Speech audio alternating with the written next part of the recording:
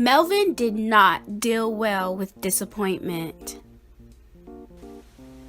If his cookie had half as many chocolate chips as his sister's, look out! If he lost his turn during a game, stand back. And if he didn't get exactly what he wanted, well, you know. Sorry, Melvin, they were out of dinosaur backpacks. No, Melvin did not deal well with disappointment. And this is why he hated his teacher's favorite rule. You get what you get, and you don't throw a fit.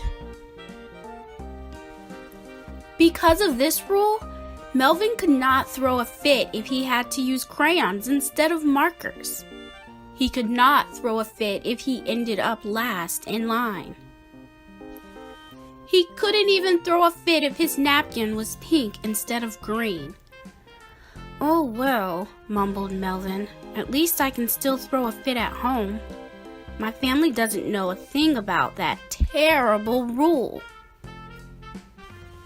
But that night, when it was Melvin's turn to choose the movie, things changed. As soon as he'd chosen Dinosaur Rumble, his sister stumped her foot and whined, "But I want to watch a pony called Trouble!" Too bad. You get what you get, and you don't throw a fit, said Melvin. Everyone stopped and looked at Melvin. What did you say? Asked Dad. You get what you get, and you don't throw a fit, repeated Melvin. So, if your cookie only has a few chocolate chips, you shouldn't throw a fit? Asked his sister. And if you lose a turn during a game, you shouldn't throw a fit? Asked his dad. And if the dinosaur backpacks are all sold out, you should be happy with the robot one, and you absolutely should not throw a fit? Asked his mom. Melvin gulped. There was no way to take it back. Everyone knew.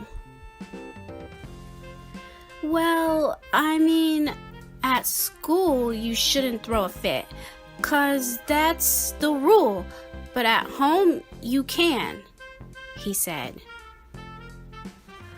I think that sounds like a good rule for at home too, said Dad. I agree, said Mom.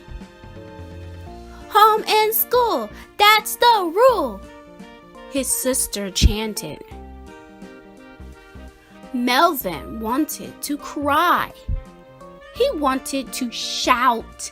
He wanted to lie down on the ground and throw his arms and legs about. But he didn't.